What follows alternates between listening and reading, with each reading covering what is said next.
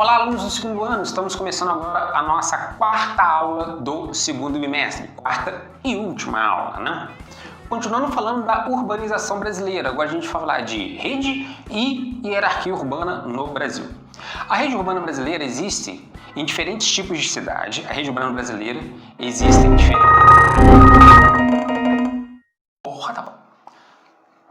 Na rede urbana brasileira existem diferentes tipos de cidades, né? Devido ao seu tamanho populacional, a quantidade de serviços e produtos que oferecem, dependendo das ligações de comunicação e transporte, aonde está localizado, né? Quando a gente faz uma análise da rede e hierarquia urbana, a gente leva em consideração alguns fatores. O primeiro deles é tamanho populacional, ou seja, número de habitantes. O segundo, quantidade e qualidade de serviços oferecidos à população local e para as áreas vizinhas. E não tem a terceira. Tem demência? Isso torna umas cidades mais importantes do que outras, formando o que a gente chama de hierarquia urbana. Em escala local, né, a área polarizada por uma cidade é a sua área de influência. Então, cada cidade tem sua área de influência. Quanto maior a cidade, mais importante for, maior quantidade e qualidade de serviços oferecidos, maior quantidade de ligações, de transportes e comunicações, maior vai ser a área de influência daquela cidade. Então, esse poder, né, de atração é maior ou menor conforme uma série de situações. No caso brasileiro, a gente encontra, a partir de um estudo do IBGE, que a gente chama de 12 redes que abrangem os municípios em diferentes estados. Então, os mais de 5.500 municípios fazem parte da rede urbana brasileira em algum grau, né, em algum nível hierárquico.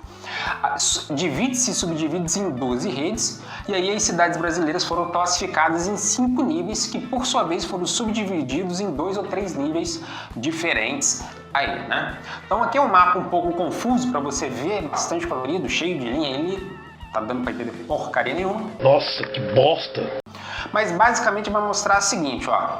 Primeiro nível são as metrópoles, né? No Brasil a gente fala que a gente tem uma grande metrópole nacional, de características internacionais, que é a cidade de São Paulo, e depois temos metrópole nacional, que é logo no segundo nível, que é Rio de Janeiro e Brasília.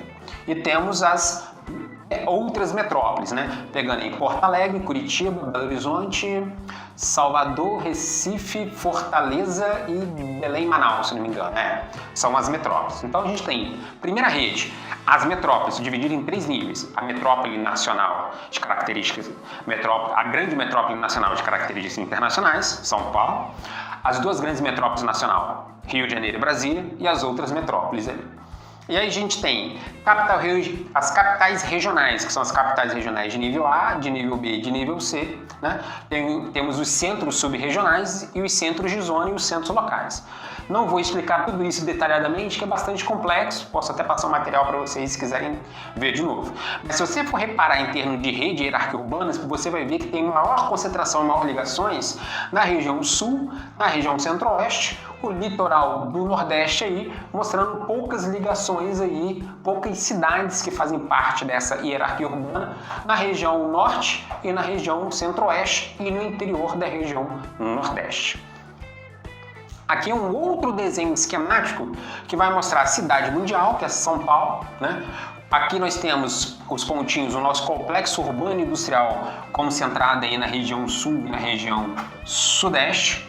Domínio agromercantil, que são as áreas, né, de produção agrícola que nós temos importantes aí, pegando a região aí, centro-oeste. A gente tem também as frentes de modernização, pegando aí interior do norte e interior do nordeste. A grande fronteira, a grande fronteira aqui, que é a fronteira da expansão agrícola, que a gente vai ver mais tarde, né? As metrópoles aí marcadas com essa estrelinha e as capitais estaduais, né? Mapinha didático aí para vocês, para ver se vocês conseguem entender alguma coisa. Que deselegante, né? Totalmente deselegante. Regiões metropolitanas no Brasil, né? Então, assim, o que são regiões metropolitanas? Constituem um conjunto de municípios contíguos e integrados socioeconomicamente uma cidade central com serviços públicos e infraestrutura em comum. As primeiras regiões metropolitanas, aqui está escrito nova, ali tá errado, tá? As primeiras 9 e não nova.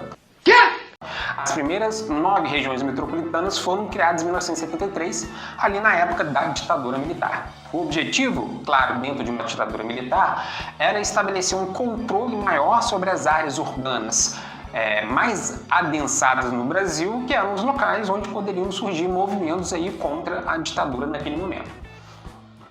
Então, o governo federal criou em 73, né? E até a Constituição de 1988, a criação de regiões metropolitanas poderia acontecer em âmbito federal. A Constituição de 1988, né, falou que a criação de novas regiões metropolitanas passou a ser atribuições dos estados, né? Então, até 88, só o governo federal, a partir de 88, os estados. Este é o mapa de regiões metropolitanas no Brasil que você não está entendendo nada.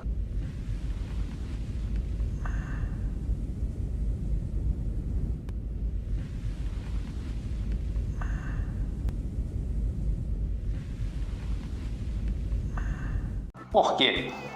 Porque você tem muita região metropolitana, você tem região metropolitana, você tem colar metropolitano, entorno metropolitano e área de expansão, você tem região integrada de desenvolvimento e aglomeração urbana. Né? Por que virou essa confusão aqui? Porque muitas vezes os estados, né, criam regiões metropolitanas não a partir de um estudo técnico e econômico, mas sim para atender interesses políticos locais, em regiões que não têm condições de ser chamadas de regiões metropolitanas. Por isso que nós temos esse problema aí, né? O estado de Santa Catarina, por exemplo, é só região metropolitana, já deixou de ser estado, né, Santa Catarina. E agora a gente vai falar das desigualdades sociofaciais e problemas nas cidades brasileiras, algo muito complexo, é um assunto que cai muito em vestibular, prova do Enem, etc, aí, você que estiver estudando, ou não. Pô, cara, de novo, cara! Então vamos lá, ó. Há nas cidades brasileiras, nas últimas décadas, um aumento de áreas com precária urbanização, aumento de favelas, cortiços e periferias, que ocupam, em sua maioria, áreas de mananciais, margens de rios e encostas de morros, que muitas vezes são consideradas áreas de risco, porque não são locais considerados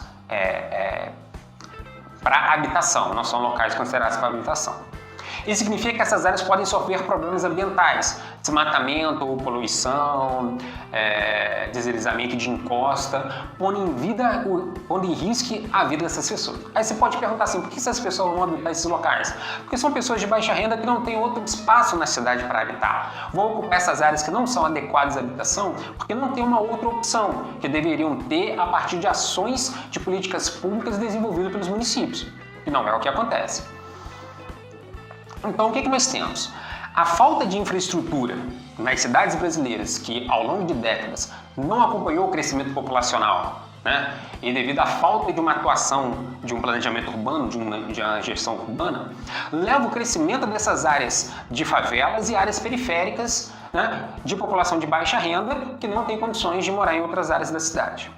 Assim, as redes de esgoto, coleta de lixo, água encanada, luz, telefone é insuficiente nessas áreas ou é clandestina em grande parte, né? Da qual as pessoas dessas áreas ficam refém de grupos paramilitares, grupos milicianos, como acontece no Rio de Janeiro. Todas as formas de violência estão presentes nos centros urbanos, mas afetam principalmente as áreas mais periféricas. Então, o número de homicídios, assaltos, sequestros, né? Essa violência que a gente vê na nossa vida cotidiana nas grandes cidades. Mas você tem aquela violência institucional, que é a violência das pessoas de baixa renda que não tem um atendimento adequado hospitalar, que não tem uma vaga numa creche, um atendimento educacional, a questão da informalidade, do desemprego. Isso não deixa de ser uma violência institucional pela falta de atuação de políticas públicas por parte dos governos municipais, estaduais e federais. Então, essa segregação espacial nas cidades está relacionada à falta de políticas públicas habitacionais. Praticamente, não há vontade política em todas as esferas de poder, municipal, estadual e federal, em criar boas condições de moradia e de serviços para a população de baixa renda. Para vocês terem uma ideia, o Brasil passou muitos anos sem um grande programa nacional de financiamento habitacional à população de baixa renda. A gente tinha nos anos 70 e 80 chamado Banco Nacional de Habitação, que também não era para todo mundo, mas era um grande programa nacional criado durante os governos militares para financiamento habitacional, num momento de grande crescimento urbano, né? Esse programa se extinguiu em 1984, então ficamos aí com um hiato muito grande no momento de grande crescimento urbano nas cidades brasileiras. Somente nos meados dos anos 2000, com o programa Minha Casa Minha Vida, que nós voltamos a ter um grande programa nacional de financiamento habitacional. Por outro lado, grandes empresas imobiliárias aliadas ao poder público têm maior interesse e recebem apoio para construir prédios e condomínios em áreas que já têm infraestrutura, cujos imóveis serão vendidos por um preço mais alto, que é o chamado especulação imobiliária. Então, a partir agora de alguns mapas, a gente vai começar a entender algumas situações. Por exemplo, neste primeiro mapa, mostra moradias adequadas para o ano de 2006, não tem uma data mais atualizada não. Então é o seguinte, quanto mais claro, menor a porcentagem de moradias adequadas dentro daquele estado. Quanto mais escuro, maior é a quantidade de moradias adequadas. Mas olha só, o verde mais escuro são aqueles estados que têm entre 59% a 73% de população em moradias adequadas. Então aqui, Rio Grande do Sul, Santa Catarina, São Paulo, Rio, Minas Gerais e Espírito Santo. Depois vem aí Paraná e Sergipe, e os estados mais claros são aqueles que têm uma menor porcentagem de moradias adequadas. Inclusive estados que apresentam menos de 20% da sua população morando em moradias adequadas, como Mato Grosso do Sul, Tocantins, Rondônia, Acre, Amapá e Alagoas.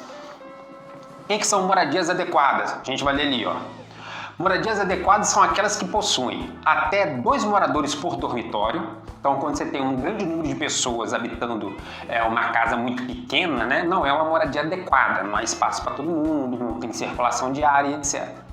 Tem que ter abastecimento de água por rede geral. Então, a falta de saneamento básico de água potável é um dos fatores de não ser considerado uma moradia adequada, né? Esgotamento por rede coletora ou fossa séptica. Então, se não tem acesso a uma rede de coleta de esgoto, também não é considerado moradia adequada. E coleta direta ou indireta de lixo por serviço de limpeza, que é a coleta de resíduos sólidos urbanos, né? Se não tem com regularidade esse serviço, pode ser direto ou indireto, também são áreas que não têm moradia, a moradia não tem condições adequadas. Então a gente vê por que o Brasil tem uma grande porcentagem de população morando em moradias não adequadas, porque não cumpre esses parâmetros aqui, né? No IBGE a gente chama de moradias não adequadas ou submoradia. Aqui a gente vai começar a ter então um parâmetro a partir disso, domicílios com até 2 moradores por domicílio. Então você vê uma concentração maior nos estados da região sul e sudeste, né? Domicílios com 2 a 3 moradores, você já vê aqui maior na região nordeste ali. Domicílios com 3 ou 4 moradores, então você vê com destaque aí os estados da região norte do país. Aqui a gente tem porcentagem de domicílios ligado à rede geral de água tratada, que é este modelo aqui, que é o encanamento da água que vem pelo sistema de fornecimento ali do serviço de água e esgoto, né? Então, você tem aqui São Paulo com maior porcentagem de população ali que tem água tratada. Se você reparar, você vai ver que tem uma concentração nos estados da região sudeste e sul, né? Alguns aqui do nordeste. Você vai ver que a maioria dos estados do nordeste, do centro-oeste e do norte são estados com menos porcentagem de domicílios com acesso à água tratada. Se você for ver outras formas de abastecimento, né, aí já muda. Outras formas de abastecimento são aquelas que não são cobertas pelo sistema de rede geral de água tratada fornecido por empresas de saneamento básico. Então você vai ver aqui porcentagem pequena nos estados da região sul e sudeste, e uma porcentagem muito grande nos estados da região norte, nordeste e centro-oeste. E aqui, rede coletora de esgoto. Se eu for analisar aqui, eu vou ver que os estados do sul e sudeste são domicílios com maior porcentagem de rede coletora de esgoto, excetuando aí Rio Grande do Sul e Santa Catarina, e que utilizam forma séptica ou outras formas de destino do esgoto. E aí eu vou ver grande concentração nos estados da região centro-oeste, né, norte e parte do nordeste ali. além de Rio Grande do Sul e Santa Catarina, que tem muito uso de fossa séptica e etc. Coleta de lixo, né? Então você tem aqui coleta direta de lixo, que são as empresas municipais que são responsáveis pela coleta dos resíduos sólidos urbanos. Quando você tem essa coleta direta, você vai ver que a porcentagem dos estados do Sul, Centro-Oeste, Sudeste, parte do Centro-Oeste bastante significativa, né? E domicílios com coleta indireta, você vê aí o aumento nas regiões Norte e Nordeste. Encerramos então a nossa quarta aula, e ficou um pouquinho grande, tá? Dê seu like, se inscreva no canal, deixe lá sua mensagem nos comentários que eu depois respondo. Até o terceiro bimestre!